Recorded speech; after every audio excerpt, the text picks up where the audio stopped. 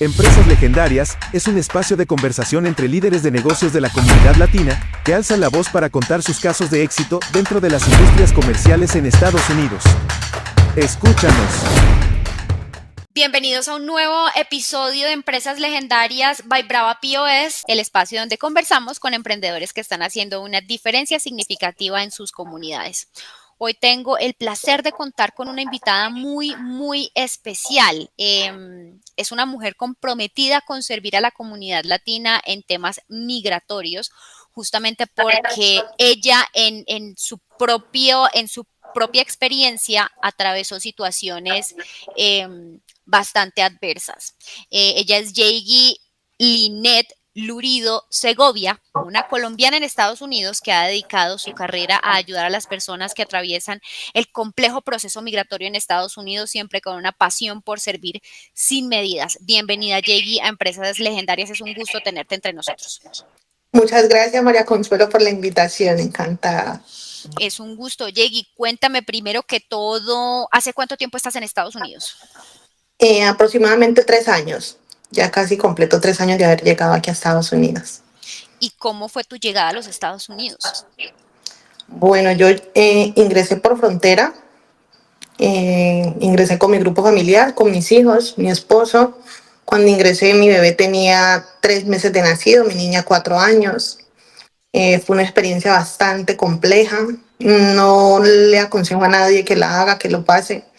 Mi consejo en estos momentos es que todo el que quiere ingresar, que lo haga de manera legal sin arriesgar su vida, porque no fue nada fácil. La experiencia que viví, quisiera borrarla de la mente de mis hijos, porque la verdad fue algo horrible, todo lo que tuvimos que ver y vivir.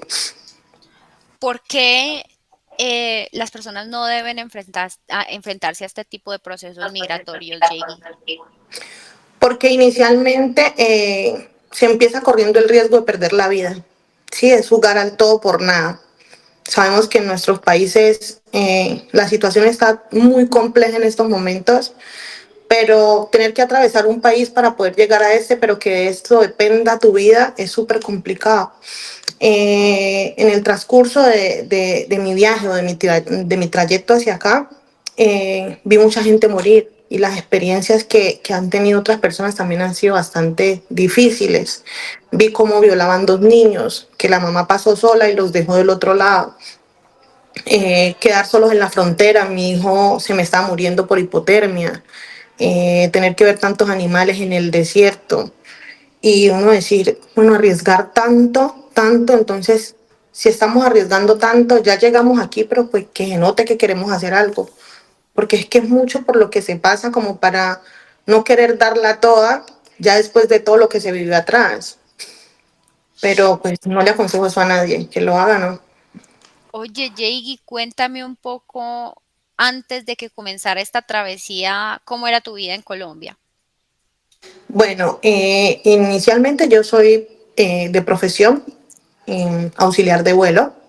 Yo anteriormente trabajaba con Conviasa, que es la aerolínea que le pertenece a Venezuela. Luego regresé a Colombia, mi mamá aperturó una fundación, se llamaba Fundación Social Abriendo Puertas. Yo estaba becada como estudiante de trabajo social, mi mamá es trabajadora social de profesión y inicialmente pues hacía yo acompañamientos con mi madre en la fundación. Luego yo tuve una agencia de viajes también. Aperturé un negocio de comida rápida, se llamaba La Arepería, son arepas rellenas. Siempre me ha gustado trabajar y esa era mi vida. Pero cuando empecé a correr riesgo en mi país, por medio de la fundación de mi madre, pues tomamos la decisión de salir. Nosotros evitamos el reclutamiento de los menores de edad. Sí, el reclutamiento forzado de menores, de niños, niñas y adolescentes. Yo vengo de una población que está sumamente olvidada, yo soy del Cauca y pues sabemos que el Cauca es zona roja.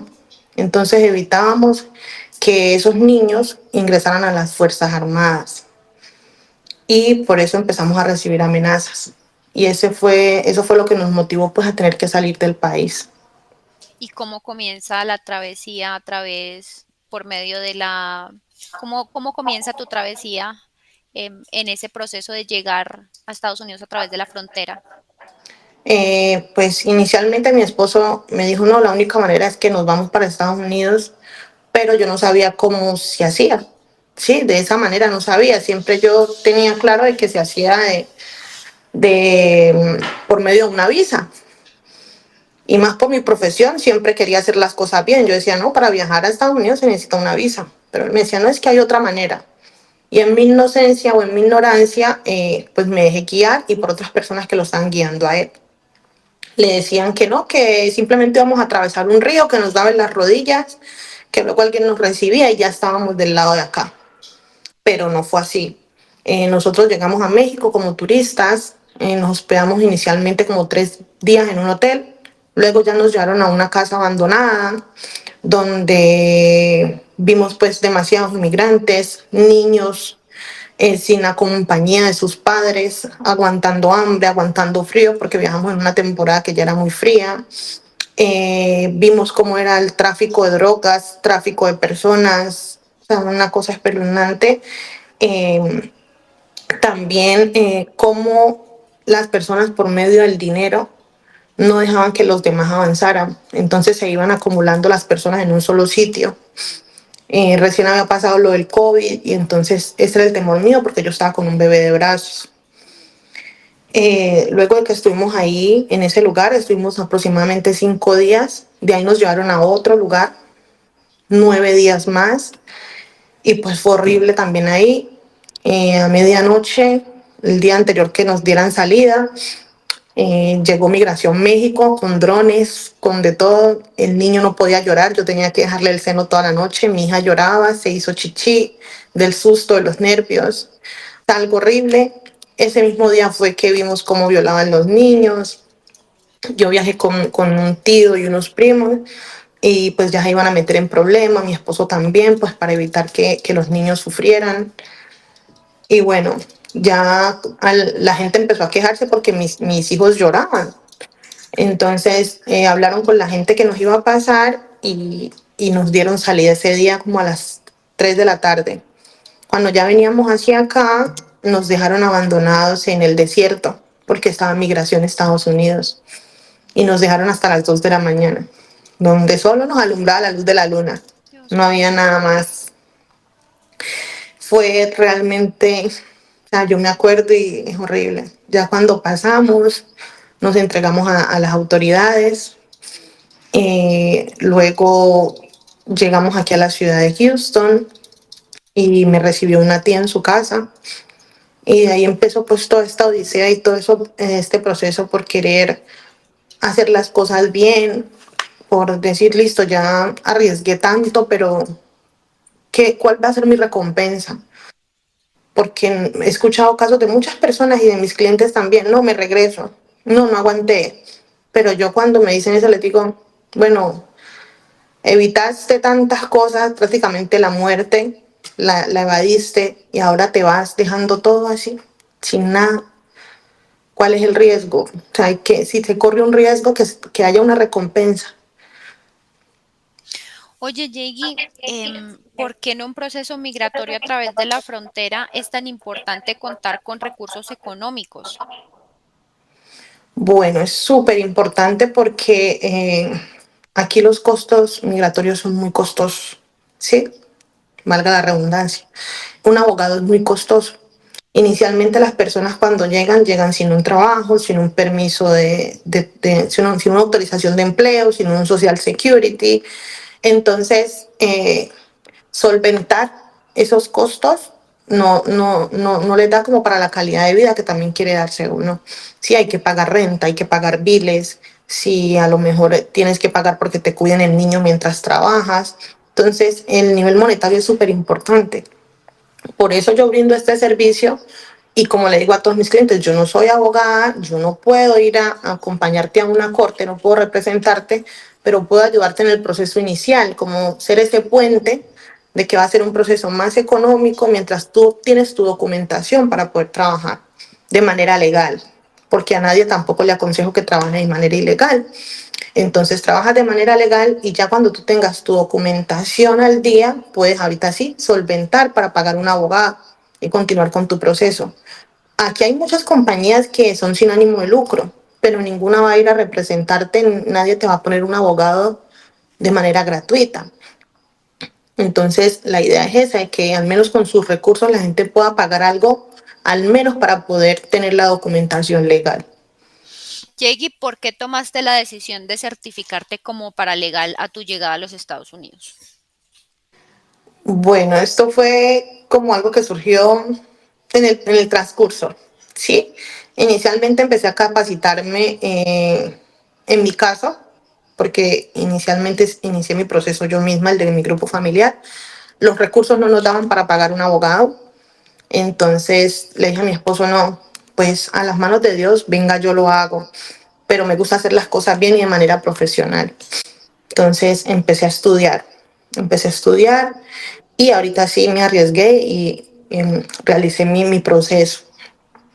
Luego le hice el proceso a un familiar y seguí capacitándome. O sea, que me impulsó más bien como la necesidad de ver cómo las personas aquí se quedan, se pasan el año y no han hecho ningún proceso. Y como te decía anteriormente, yo estaba estudiando trabajo social y tal vez uno lleva eso como lo humanitario y, y eso me impulsó también a querer ayudar. Entonces, yo decía, no, pues tengo que hacer las cosas de la mejor manera, estudiar para hacerlo de manera profesional, porque inicialmente fue empírico y que las cosas salieron bien, a pesar de que yo por medio de internet me capacitaba, pero no es lo mismo cuando ya tú obtienes una certificación. Pero anterior a eso, yo ahorita soy notaria pública del estado de Texas. Entonces también veo que mucha de la comunidad latina necesitan unas cartas juramentadas, necesitan una firma de un notario, bien sea para el colegio, para un trabajo, para algo. Y dije, bueno, voy a irme encaminando por esto. Y así, en eso voy cada vez con miras de poder seguir capacitándome porque me gusta mucho estudiar. Y aquí las leyes cambian todos los días. Entonces, no es algo de que me gradué de esto hoy y ya con esto terminé, no. Tengo que seguir. Eso tú lo has dicho y esa capacidad que tú tengas de ser resiliente en tu proceso de educación, en tu proceso educativo, es lo que te va a llevar a evolucionar muchísimo más tu gestión. Tú misma lo dijiste y yo creo que eso hoy en día está pasando muchísimo en Estados Unidos, sobre todo cuando se refieren a servicios paralegales. La gente dice como que no, yo empíricamente puedo llenar un tutorial en YouTube, te puedo ayudar a llenar la forma, pero corriste con suerte con que pudiste hacerlo de la mejor manera y las cosas te Sí, salieron bien a ti, pero hay muchas personas a las que de pronto no les sale tan bien y muchas personas también que invierten dinero en ese servicio que necesita ser certificado. Entonces, sí, cuando tú te certificas, puedes, uno, elevar tus ingresos como profesional, porque ya con una certificación necesitas darle retorno a la inversión, a esa inversión que tú hiciste en tu educación y al mismo tiempo pues entregas un servicio de mayor calidad. sí. Oye, Jeggy, cuéntame un poco cómo está la situación ahorita con el nuevo gobierno, qué ha pasado en términos de cambios, cómo se ve la situación migratoria hoy en día en Estados Unidos. Bueno, hoy en día la comunidad latina ha entrado en pánico. ¿Sí? Tengo muchos clientes o amigos de mis clientes que me llaman, mira, Jay, ¿qué pasa? ¿Qué hago? No, no sometí mi aplicación, no sé qué, una cosa a la otra, pero yo hago como la invitación a no entrar en pánico. Sí, hay muchos cambios y van a haber muchos cambios de ahora en adelante, pero caer en el pánico es el peor error. Sí, ¿qué cambios han habido? En que ahora el presidente electo dice que va a empezar una deportación masiva. ¿Qué tenemos que hacer nosotros como inmigrantes? Hacer las cosas bien, no conducir sin una licencia. Yo sé que esto va a sonar tal vez un poco rudo, pero por favor que no se coman la uva en el Walmart, que no se pasen los semáforos en rojo, que no pasen el speed limit, porque es que son cosas muy mínimas, pero vamos a quedar catalogados o reseñados por algo tan mínimo. Y si el ideal del presidente es que los inmigrantes salgan de este país, pues evitemos caer en esas cosas o en esa tentación para que no nos tengan que expulsar. Ya las personas que están en un proceso de asilo, pues va a ser un poco más difícil porque un juez es el que tiene que darnos la salida, si de eso se trata. pero los cambios sí están drásticos. Y han habido, o sea, yo el estudio que le he hecho a los anteriores presidentes, han habido otros presidentes que han sido más drásticos con los inmigrantes. Pero pues igual con el presidente que tenemos ahora, con el que está electo, con el que vengan los siguientes años, hay que trabajar y hacer las cosas bien. O sea que la invitación mía es a no caer en el pánico, sino hacer las cosas bien y organizar su documentación y sus procesos. Mira, Yegi, tú lo has sabido decir. Em, es una cuestión de hacerlo bien. Yo no creo que el pánico deba estar basado, es que por lo que yo tengo una nacionalidad latina, por lo que yo soy latino, entonces a mí me van a hacer y me van a... No, no, no. Yo creo que la invitación que tú has hecho es totalmente clara, es hacer las cosas al derecho. Yo no Sí. creo que el presidente electo actualmente esté enfocado en hacer esas deportaciones masivas de manera arbitraria, que vaya a decir, ah, tú eres latino, te devuelves porque sí. No, yo creo que toda causa tiene, toda causa tiene un efecto. Y en ese sentido, pues lo ideal y lo más, digamos, correcto es entrar a la legalidad y saberse asesorar de las personas correctas, que no hay barreras, porque mira, tú misma lo has dicho, sí, contratar a un abogado puede ser muy costoso, pero también es cierto que existen los servicios como los tuyos que les permiten decirle a la gente, mire, hay una luz de esperanza, se puede, y se puede hacer de la manera legal. Cuéntame un poco, entre tus servicios paralegales, digamos, cuáles son los que más te solicitan a ti últimamente. La solicitud de asilo, ingresar el asilo, ese es el más solicitado en estos momentos y de la semana de las elecciones a esta ha habido un fluido súper alto. Porque como te digo, las personas entran en pánico y me llama mucha gente, es que ya llevo 3 años, ya llevo 2 años, ya me pasé del año o me faltan días hoy. Hoy me llamó una clienta que completa el año el miércoles y tener que hacer un formulario de asilo en tiempo récord, o sea, muchas personas, como tú hablabas ahora, dices, no, hay muchos llenadores de formas, sí, que nomás te diligencian el documento, pero la idea no es esa. Entonces, yo tengo una lista de espera y tener que darle prioridad a esa persona que el miércoles se le completa el tiempo, pues es bastante complejo. Sí, eso es Entonces, cierto. ¿En qué consiste esa solicitud de asilo? ¿Cuáles son esas cosas que tú consideras que son indispensables o, por ejemplo, documentos que tú necesitas que el cliente que llega a ti los tenga preparados? que me tenga al menos su historia, un relato, ¿sí? De por qué está corriendo riesgo en su país. Aquí hay unas causales para poder solicitar asilo, que son por raza, por nacionalidad, por pertenecer a un grupo social en particular, por religión.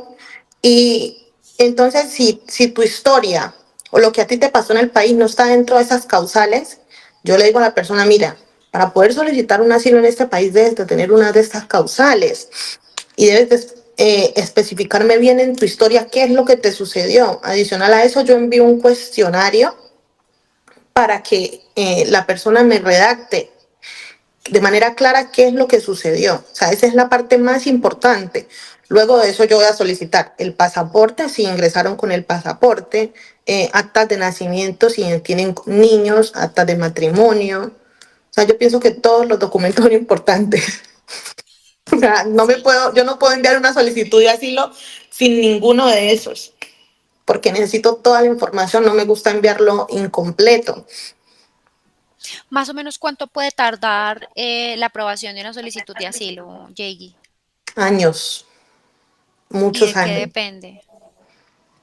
Depende de tu historia, depende de si realmente estás corriendo riesgo en tu país. Pueda que corriste riesgo hace 2 años, ¿sí me entiendes? Hace 2 años antes de haber llegado, pero pese a tu historia, ¿cómo está la situación en estos momentos? ¿Todavía corres riesgo en tu país? ¿Todavía están existiendo muertes por medio de esa historia tuya? ¿O qué desencadenó luego que tú partiste? Si ya las cosas calmaron, si no, todo eso depende de que sea un asilo aprobado. Yo a mis clientes les explico mucho, les digo, mira, aquí en este país es muy difícil ganar un asilo, no imposible, ¿sí? pueda que de 1001, pero no sabemos si ese uno seas tú. Entonces, por eso hay que enviar bien una aplicación. Y hay muchos otros pueden ser alivios, aquí se llaman alivios migratorios, que no necesariamente son un asilo. Existe la Convención contra la Tortura, existe cuando se escoge otro país que no sea ni Canadá ni México, ninguna de las dos fronteras, para que a ti te den un asilo en ese país o que a ti te dejen aquí, pero siempre vas a tener que renovar un permiso de trabajo y siempre vas a tener un social, así no tengas un asilo aprobado. Entonces hay muchos otros caminos, demasiados caminos, no solo es el asilo, pero siempre nos vamos, digamos, por el que todo el mundo se está yendo o no tenemos conocimiento de qué más se puede hacer. Jiggy, ¿cuáles crees que pueden ser algunos de esos errores que puede cometer el aplicante al momento de hacer la solicitud? Que tú dices como que, mire, esto evite hacerlo antes de hacer la Mentir, solicitud de asilo. mentir. Ese es el error principal, mentir. Muchas veces ingresan aquí y dicen, no, es que nosotros somos casados. Listo, te pasan el ingreso y preguntan en el formulario, ¿eres casado? No. Pero cuando ingresaste, te ingresaron como casado. Entonces ahí estás mintiendo. Si has tenido delitos, si has cometido algún delito en tu país o aquí, también mentir en eso es fatal para llenar un documento. En la historia, mentir es fatal porque te van a pedir evidencias. Y si tú no tienes evidencia de eso, ¿cómo las vas a sustentar? Entonces yo pienso que el peor error es la mentira en el formulario. Por ejemplo, ¿qué mentiras son fáciles de detectar al momento de contar una historia? Cuando la persona no tiene claras las fechas, que el juez te pregunte, ¿qué día te ocurrió esto? Y que tú no sepas qué día. O quién estaba contigo y que no sepas quién estaba. O sea, cosas tan mínimas son de mucha importancia. Siempre en los documentales que yo me veo, en los podcasts que hacen los abogados también, que estoy a veces muy presente, influye mucho en eso, de que tú tengas presente las fechas, el acontecimiento, que te lo sepas al derecho y al revés, porque te van a hacer preguntas de todo tipo y pueda que te hagan la misma pregunta 2 y 3 veces formulada, perdón, de manera diferente. Entonces, si tú no sabes responderla, pues ahí te van a corchar y por algo muy mínimo, pues puede ser negación para un asilo. Jiggy, ¿qué pueden hacer las personas en este lapso en el que es aprobada la solicitud de asilo? Antes de Renovar que su les documentación. renovar su documentación. Sí, por ejemplo, en estos momentos el permiso de trabajo está siendo expedido por 5 años. Si en el lapso de estos 5 años a ti el juez no te ha dado, o la UCI no te ha dado una definitiva para tu caso de asilo, una aprobación como tal, tú tienes que seguir renovando tu permiso de trabajo, porque eso te da un estatus pendiente. ¿Sí? No es lo mismo cuando tú quedas sin estatus, o sea, no tienes ningún proceso, a cuando tú tienes un estatus pendiente y te dan la opción de renovar. Entonces tú renuevas, sigues trabajando de manera legal, declaras tus taxes y tú esperas hasta que el juez te dé la respuesta. Pero muchas personas se quedan sin renovar esa documentación, ¿Y cuáles son las consecuencias de no renovar esa documentación, Jiggy? que inmediatamente tu permiso de trabajo queda anulado.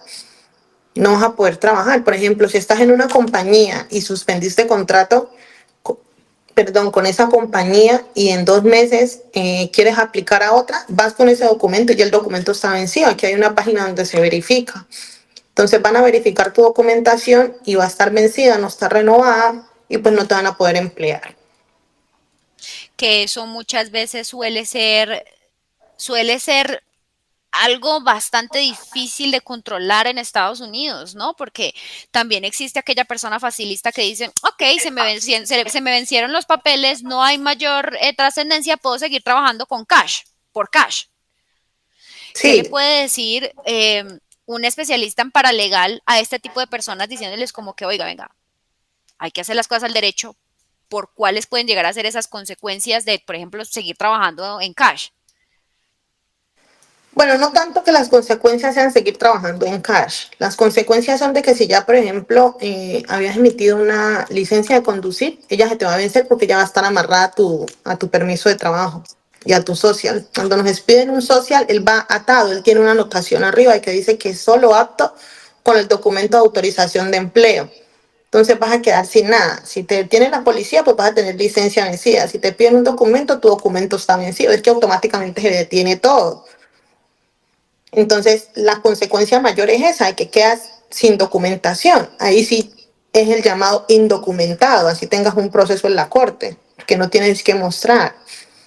Que es inevitablemente una etiqueta que los latinos debemos evitar a toda costa, porque Sí, hoy en día, Yeigi, y tú haces parte de ese grupo de personas que dicen las cosas se pueden hacer, se pueden, esa historia del sueño americano se puede lograr y se puede hacer de una manera legal. Hoy en sí. día, los hispanos estamos haciendo parte de una transformación de la dinámica y es porque estamos empezando a invertir en Estados Unidos. Nos estamos convirtiendo en una base de producción que está llevando resultados interesantes dentro de la economía. Desde esa perspectiva, pues somos una mano de obra lucrativa para el país, y qué bueno hacerlo de la manera legal y la manera correcta y de pronto seguir esa línea de aquellas personas que decidieron hacer las cosas, de manera legal en Estados Unidos. Sí, es correcto. Oye, Yegi, antes de seguir adelante, yo sí quiero que tengamos en cuenta que Empresas Legendarias se enorgullece de contar con Brava POS como su patrocinador oficial. Brava POS está fuertemente comprometido con la educación de sus clientes, sobre todo en términos de procesamientos, y está enfocado en ofrecer las mejores soluciones en cuanto a tasas, economía y ahorro por cada transacción que generen nuestros clientes. El enfoque que está teniendo Brava en este momento está 100% basado en la escucha activa. Nos consideramos una marca 100% prestigiosa y entendemos que el prestigio viene 100% de la estima. Por eso buscamos que nuestros clientes estimen cada contacto que tienen con nosotros, de ahí que sumemos valor desde el primer contacto, sobre todo a través de empresas legendarias, y dejar siempre enmarcado el legado de aquellas personas que deciden decirle sí a empresas legendarias y contar su historia real, para ser parte, por supuesto, de las plataformas sociales. Yo creo que con Brava POS las personas pueden llevar su negocio al siguiente nivel, beneficiándose de soluciones personalizadas que impulsan su crecimiento. Yeigi, saliéndonos un poquito ya como del tema paralegal, cuéntame tú cómo ves para el futuro, Yeigi. Tú me contaste que hoy en día estás en tu casa, prestando los servicios desde tu casa, pero que tú ya estás viendo la necesidad de crecer. Sí, sí. En el momento estoy ya buscando oficina porque el negocio ha crecido de manera grande, ha crecido mucho. Primero por privacidad y segundo por poder expandir mis servicios. Entonces, ya veo la necesidad de una oficina. Ya pienso hacerlo. Pienso seguir estudiando, capacitándome todos los días. Yo lo primero que hago al levantarme después de orar es mirar las últimas noticias migratorias, los últimos cambios que han habido. Aquí hay cambios todos los días. Y un cambio que yo obvie o que deje pasar por alto, pues va a ser de mucha importancia, me puede afectar. Entonces, quiero seguir capacitándome y que mi empresa crezca. Y ahora que mi empresa está legalmente constituida, pues eso me da un impulso para, para poder continuar. Que definitivamente el hecho de haber legalizado tu, digamos, constituido tu empresa, te abre más puertas y te hace llegar muchísimos más clientes. Tú me decías el otro día que a veces no dabas abasto, o sea, que a veces incluso un día antes de hacer la actualización de los documentos de los clientes te llegan a ti y te dicen, por favor, ayúdeme, y tú no tienes reparo en prestar el servicio. Sí, es correcto. Me llegan tarde de la noche o la llamada tarde. Y ahí yo estoy porque es muy difícil ver a alguien que se le vaya a frenar su proceso o que vaya a dejar todo tirado, sabiendo que en mis manos está, como te decía ahora, que soy muy humana. Entonces me dicen, es que en 2 días es mi corte, pero ya voy a completar el año. ¿Y qué le llevo al juez? No tengo nada para llevar. Bueno, siempre llenamos fácil. y entonces dejo pausado lo que tengo para hacer y me dedico a esas personas que son como urgentes. Pero sí, es mucho lo humano. Y las historias, hay unas historias que uno escucha de los clientes que realmente uno dice, aquí están, no por venir a presumir un país, como muchos creen de que aquí llegamos, no es que el sueño americano y ya no. Hay personas que realmente sí necesitan un asilo aquí. Yo tengo una clienta que viajó con dos perritos, un niño que es autista y un niño que ya tiene como 16 años. Se subió al tren de la muerte, pasó el desierto con los dos perritos, ya decía, es que no los puedo dejar tirados. Me decía, no, no los puedo dejar tirados. Y se me salían a mí las lágrimas. Y que cuando ya se entregó en la frontera, los agentes de inmigración le dijeron, tiene que dejar los perros. Y que ella decía, es que mi niño es autista y él depende de esos dos perritos. Pero entonces dejé uno. Y el niño se ponía a llorar. Entonces, no, es No, a imposible veces o sea, sí. hay historias que no. Oye, ¿cuál es el tren de la muerte? Es el tren que pasa por México y entra aquí a Estados Unidos. O cerca a la frontera, al muro, algo así, entendí. Entonces ellos se suben al tren, son los trenes que llevan los containers de mercancía o trenes de carbón.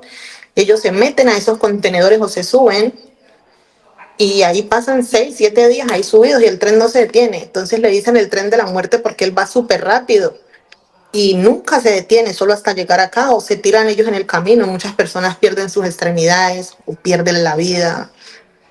Es horrible. O sea, el tren sí es horrible. Ver Yo videos de creo esos. que la preocupación que hay en estos momentos en términos migratorios es tangible, porque yo creo que el mundo entero está en crisis, ¿sabes? O sea, yo no creo que sean únicamente los países del sur, no creo que sean únicamente los países del centro. Yo creo que hemos venido escuchando últimamente que hay las crisis hacen parte de la humanidad y yo me he dado cuenta también a partir de la escucha activa en empresas legendarias que las personas que llegan a contar sus historias pues son seres humanos reales. Y cuando tú me dices es que yo soy muy humana, pues inevitablemente me siento identificada contigo, porque Brava POS es justamente una empresa también supremamente humana. Hoy lo estábamos hablando al interior de las oficinas y coincidíamos en que más allá de entregar un servicio que inevitablemente es lucrativo, que yo creo que también a ti te pasa, más allá de la transacción de dinero que puede llegar a generar la llegada de un nuevo cliente, para nosotros ese cliente es una persona, es un ser humano que tiene sentimientos, que tiene emociones, que tiene preocupaciones y sobre todo, pues en términos de procesamiento de pagos, la preocupación del dinero, que llegue tu plata en el momento adecuado y que tú entiendas cómo está funcionando tus finanzas, pues es indispensable. Sí, Entonces, me identifico mucho contigo, Yegi, porque en empresas legendarias y al interior de las oficinas de Brava se respira también el ambiente 100% humano. Somos un servicio muy humanizado y conectamos mucho con las empresas que también tienen la misma capacidad de humanizar su gestión comercial. Yeigi, quiero agradecerte mucho por haber hecho parte de las conversaciones de Empresas Legendarias Podcast. Estás bienvenida hoy y siempre. gracias. Eres definitivamente una voz de aliento y no sé si quieras Muchas despedirte gracias. con algo para las personas que puedan llegar a escuchar tu capítulo. A ver, primero que estoy muy agradecida con Dios, con la vida, por esta oportunidad, porque sé que muchas personas quieren avanzar y no han podido. Y mi invitación es a que se capaciten, hagan las cosas bien. No sabemos por cuánto tiempo vamos a estar en este país. Pueda que estemos por muchos años o pueda que ya en enero nos vamos todos. Pero es algo incierto. Mientras tanto, hacer las cosas bien. Que cuando se hacen las cosas bien, Dios nos encamina. Hacer las cosas con amor, sin importar a quién las estamos haciendo y sin importar si es recíproco o no. Entonces, mi invitación es esa. Mucho amor, llenémonos de mucho amor. A los inmigrantes nos falta amor. No tenemos la familia aquí, y muchos no tenemos los padres, los hijos. Entonces, yo creo que con amor todo es posible.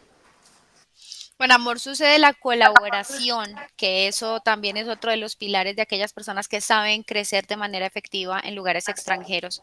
Jaggy, muchísimas gracias nuevamente por hacer parte de Empresas Legendarias y también muchísimas gracias a todas las personas que dedicaron un espacio de su tiempo a escuchar una nueva historia real de nuestro podcast by Brava POS. Nos vemos en una próxima oportunidad. Bye.